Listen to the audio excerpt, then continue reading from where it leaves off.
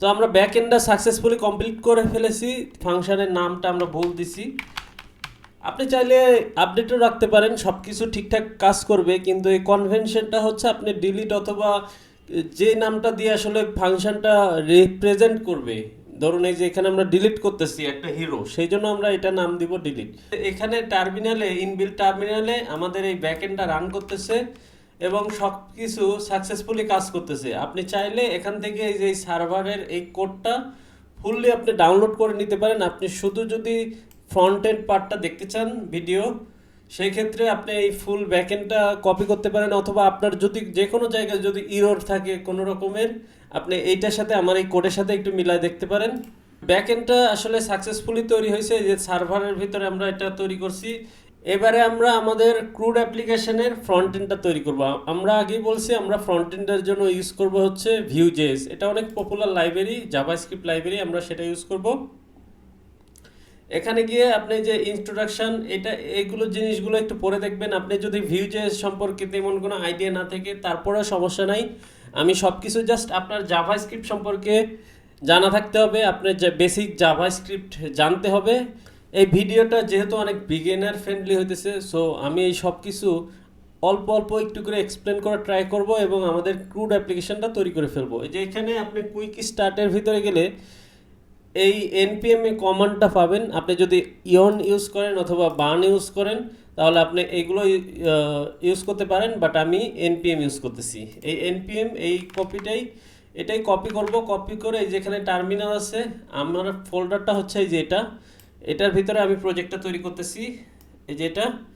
আর এটার ভিতরে আমার অলরেডি সার্ভার ফোল্ডার আছে, এই যে দেখুন এলএস সার্ভার। এখন আমি নতুন আরেকটা প্রজেক্ট তৈরি করব, সেটা হবে আমাদের ফ্রন্ট এন্ডের জন্য।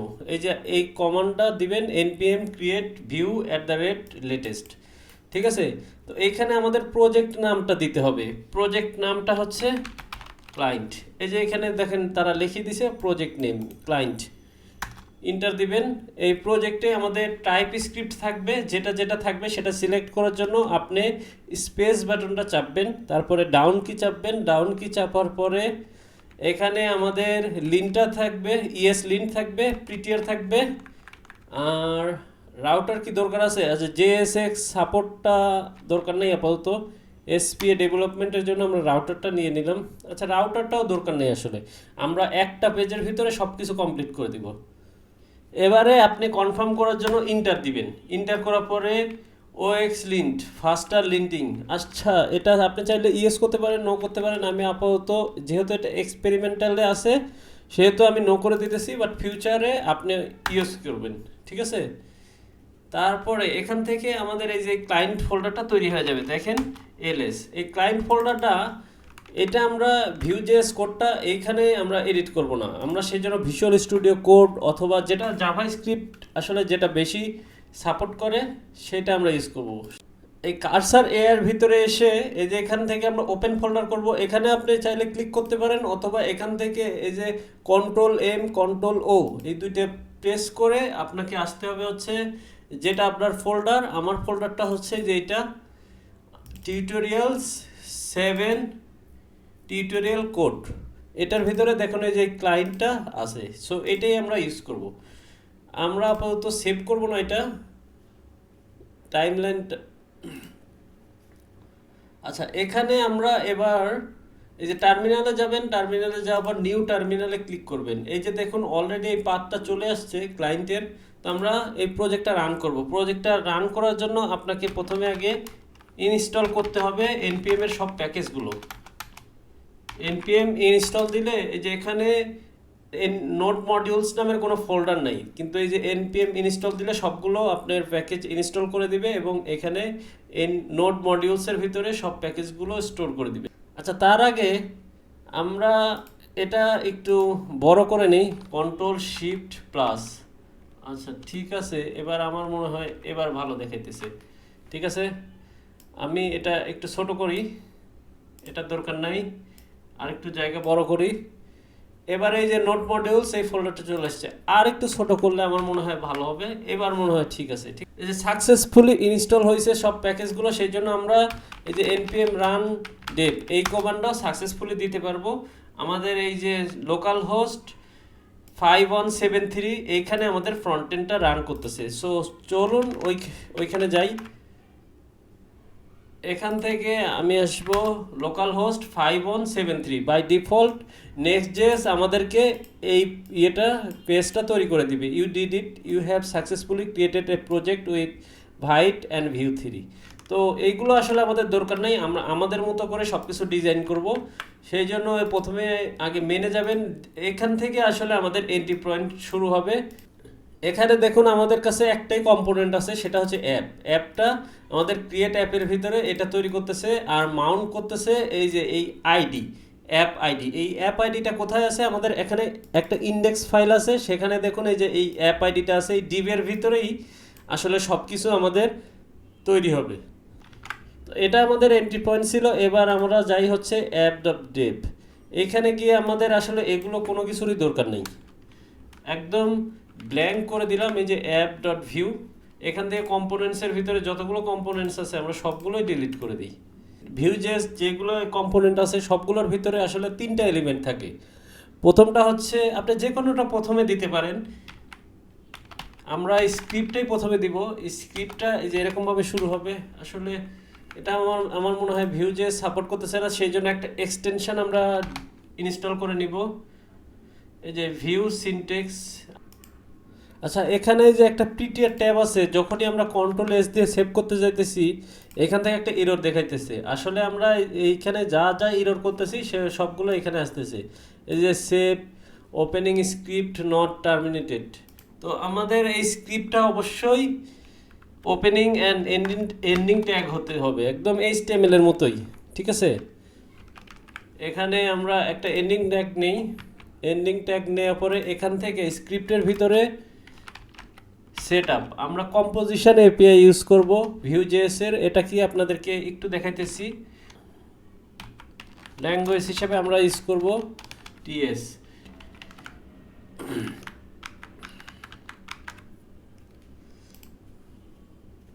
এই যে এখানে দেখুন প্রত্যেকটা API এর ক্ষেত্রে Vue.js এর দুইটা অপশন আছে, একটা হচ্ছে অপশনস API, কম্পোজিশন। এটা হচ্ছে কম্পোজিশন API-টা একটু লেটেস্ট ভার্সন। কম্পোজিশন API এর একটা ফরম্যাট আছে আর হচ্ছে অপশন API এর আরেকটা ফরম্যাট। সো আমরা সবসময় এটাতে কম্পোজিশন API ইউজ করব, ঠিক আছে? তো আমরা নতুন একটা টার্মিনাল নিতেছি, এখান থেকে আমরা আবার রান করি npm run dev। তো এখানে স্ক্রিপ্ট ট্যাগ এটা আমাদের ফার্স্ট এলিমেন্ট। সেকেন্ড এলিমেন্ট হিসেবে আমরা নিব টেমপ্লেট, এটা একটা এন্ডিং ট্যাগ দিব টেমপ্লেটের।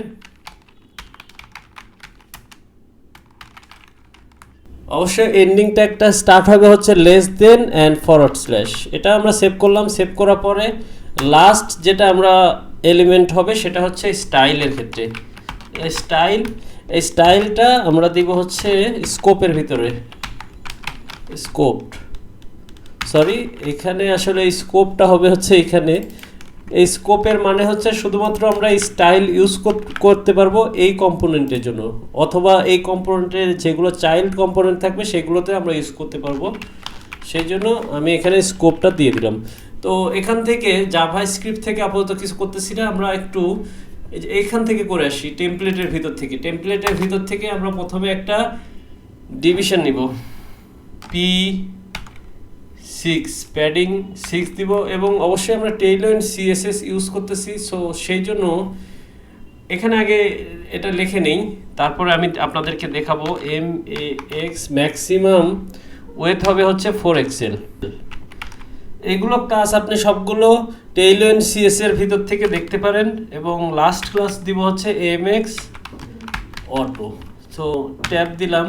এটা আমাদের আসলে অটো কমপ্লিট কাজ করতেছে না, তো সমস্যা নাই, যদি না কাজ করে আমরা ডাইরেক্ট এইভাবে লিখব ম্যানুয়ালি div। আমি জানি না কেন কাজ করতেছে না, এটা পরে দেখব।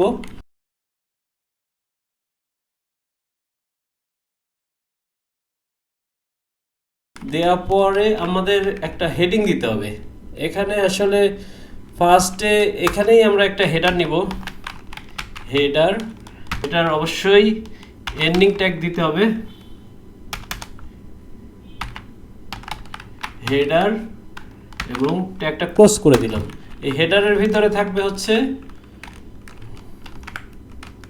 এই হেডারের ভিতরে কি কি থাকবে, প্রথমে আমরা কিছু ক্লাস নেই হেডারে। আসলে ক্লাস ইজ ইকুয়াল ফ্লেক্স, এটা প্রপার্টি থাকবে ফ্লেক্স, তারপরে ফ্লেক্সের সাথে জাস্টিফাই বিটুইন। আর আপনার অবশ্যই এইগুলো বোঝার জন্য আপনাকে একটু সিএসএস এর নলেজ থাকতে হবে। তারপরে আইটেমস, এটা সেন্টার করে দিব, এটা হবে হচ্ছে ভার্টিক্যালি সেন্টার, আর এটা হবে সব কিছু বিটুইন হবে হরিজন্টালি, ঠিক আছে। আর আমরা এটার নিচে মার্জিন বটম দিব হচ্ছে 6। তারপরে হেডারের ভিতরে আমরা একটা h1 ট্যাগ নিব, h1। আর অবশ্যই এটাও এন্ড করতে হবে, প্রত্যেকটা ট্যাগের ওপেনিং অ্যান্ড ক্লোজিং ট্যাগ আছে, সো এটাই আমাদের সব ক্ষেত্রে দরকার। তো এখানে আমরা নিব হিরোজ ক্রুড, আর এখানে কিছু ক্লাস দিব। আমি এখান থেকে সবগুলো কপি করতেছি, কপি করার পরে এখানে পেস্ট করব, পেস্ট করার পরে ক্লাসগুলো চেঞ্জ করে দিব। টেক্সট 6 এক্সেল, ক্লাস টেক্সট হবে এটা, সরি এটা 6 এক্সেল না দিয়ে 3 এক্সেল দেই। আর ফন্ট দিব হচ্ছে বোল্ড,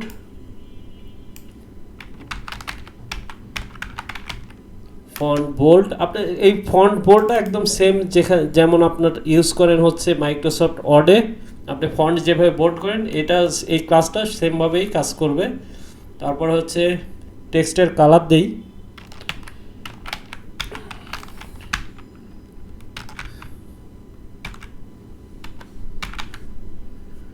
ঠিক আছে। এবার সেভ করি, সেভ করার পরে আমরা একটু ব্রাউজারে দেখে আসি এটা কেমন লাগতেছে দেখতে। এই যে হিরো ক্রুড নামের এটা চলে আসছে, কিন্তু আমরা আসলে এই ব্যাকগ্রাউন্ডে দেখুন একটা ব্ল্যাক স্টাইল আসছে, এটা সেন্টার হয়েছে, কিন্তু আমরা এটা কিন্তু সেন্টার করি নাই। তারপরে এখানে চলে আসছে কারণ আমরা আরও কিছু ডিফল্ট স্টাইল ইউজ করতেছি, সেগুলো আসা আমাদের দরকার নেই। এই যে এখান থেকে অ্যাসেটসের ভিতরে আসবেন, তারপরে এই যে বেসের ভিতরে আসবেন, বেসের ভিতর থেকে আমি এগুলো সব ডিলিট করে দিব, আসলে কোনো কিছুরই দরকার নেই, আমরা সব কিছু টেইলওয়েন্ড সিএসএস দিয়ে করব, ঠিক আছে। তো এগুলো সব ডিলিট করে দিলাম বেসের ভিতর থেকে। টেইলওয়েন্ড সিএসএস ইনস্টল করার ক্ষেত্রে এই যে এই স্টাইলটা ফলো করব, ইনস্টল ওয়েন্ড সিএসএস ইন ভিউজিএস, ঠিক আছে। এইভাবে দিলেই আপনার এই যে ভিউ 2 এর এটা চলে আসতেছে, কিন্তু আমরা এই যে এইটার থেকে ইয়ে করব tailwindcss.com ডক্স, এখান থেকে যে জাস্ট এই কমান্ডটা রান করব, কপি করলাম, কপি করার পরে এখানে আসি, এখানে আসার পরে সরি এখানে না, আমরা যাব হচ্ছে কার্সারে, কার্সারে যাওয়ার পরে এখান থেকে আমরা এই টার্মিনালে ওইটা পেস্ট করে দিই। এবার এটা ইনস্টল করি, এখানে ইনস্টল করতেছে টেইলওয়েন্ড সিএসএস এবং টেইলওয়েন্ড সিএসএস ভাইট, এই দুইটা জিনিস ইনস্টল করতেছে। তো ইনস্টল করার পর আর কি কি দরকার হবে আমাদের সেটা একটু দেখে আসি। ইনস্টল করার পরে এখানে আসেন, এখানে আসার পর দেখেন এই যে এইখানে plug in, define plug in ভাইট কনফিগের ক্ষেত্রে এটা দিয়ে দিছে। তো আমি এইটা কপি করে নিলাম, কপি করে নেওয়ার পরে আমি ভাইট কনফিগের ভিতরে যাব। এই যে ভাইট কনফিগ আমাদেরও আছে, দেখেন এই যে ভাইট কনফিগ, এখানে একটা প্লাগ ইনের ভিতরে এইটা দিয়ে দেব। তার আগে এটা ইম্পোর্ট অবশ্যই করতে হবে, এই জিনিসটাই আমরা এই প্লাগ ইনের ভিতরে এখানে ইউজ করব, ঠিক আছে। ইউজ করার পরে আর তারপরে দেখি আসলে কি করছে, এই যে ইম্পোর্ট করছে সিএসএসটা, এটা জাস্ট ইম্পোর্ট করলেই হবে, বাকি সব কিছু আর কিছুই করতে হবে না আসলে। তো আমরা ইম্পোর্ট করি, আমরা এই যে বেস এখানে ইম্পোর্ট করব, ওইটা ইম্পোর্ট করলাম, এবারে সেভ দেই। এবারে আমরা সেই কমান্ডটা আবার রান করি, npm run dev, এবার সাকসেসফুলি হওয়ার কথা। আচ্ছা দেখে আসি, ঠিক আছে হইতেছে। আমরা একটু ব্রাউজারে দেখব, এই যে দেখুন এটা একদম উপরে চলে আসছে এবং সব কিছু ঠিকঠাক স্টাইল হইতেছে। আমরা মনে হয় এই মেন ডট সিএসএস এখানে মনে হয় আমরা স্টাইলে কোনো পরিবর্তন করিনি, আসলে আমাদের এগুলো কিছুই দরকার নেই, সবগুলো ডিলিট করে দিলাম, সেভ দিলাম। আচ্ছা এখানে এই যে এই ক্লাসটা P6 মানে প্যাডিং 6, এখানে আমরা প্যাডিং দিতেছি, তারপরে হচ্ছে ডট দিছিলাম, এটা আসলে ঠিকমতো কাজ করবে না, আর এই ডটটাও ঠিকমতো কাজ করবে না, এটা আমাদের দরকার নেই। এই যে এইবার দেখেন এটা সুন্দর লাগতেছে দেখতে, ঠিক আছে। এবারে এই যে আমি হেডারের নিচে একটা বাটন নিব, বাটন, এই বাটন সবগুলোতে আসলে এইভাবে ক্লোজিং অ্যান্ড এন্ডিং ট্যাগ দিতে হতেছে বাটন। এবার নিলাম, এই বাটনের ভিতরে আমরা দিব হচ্ছে প্লাস অ্যাড হিরো। এখানে কিছু ক্লাস থাকবে, আসলে আমাদের এখানে এই জায়গায় ক্লাস লিখব, ক্লাস ইজ ইকুয়াল, এখানে দিব হচ্ছে আমরা কি কি class, busy Indigo, Indigo 600 text white, এটা আসলে হোয়াইট টেক্সট হবে, আর এটার ব্যাকগ্রাউন্ড হবে হচ্ছে ইন্ডিগো কালার, ঠিক আছে। তারপরে এখানে দিব হচ্ছে আমরা প্যাডিং হরিজন্টালি, সেটা হবে হচ্ছে 4 আর হচ্ছে প্যাডিং ভার্টিক্যালি হবে হচ্ছে 2। তারপরে এটা হবে হচ্ছে rounded and it will have shadow. এবারে দেখুন স্টাইলটা কেমন লাগে। অ্যাড হিরো এই বাটনটা কিন্তু এখন দেখতে সুন্দর লাগতেছে।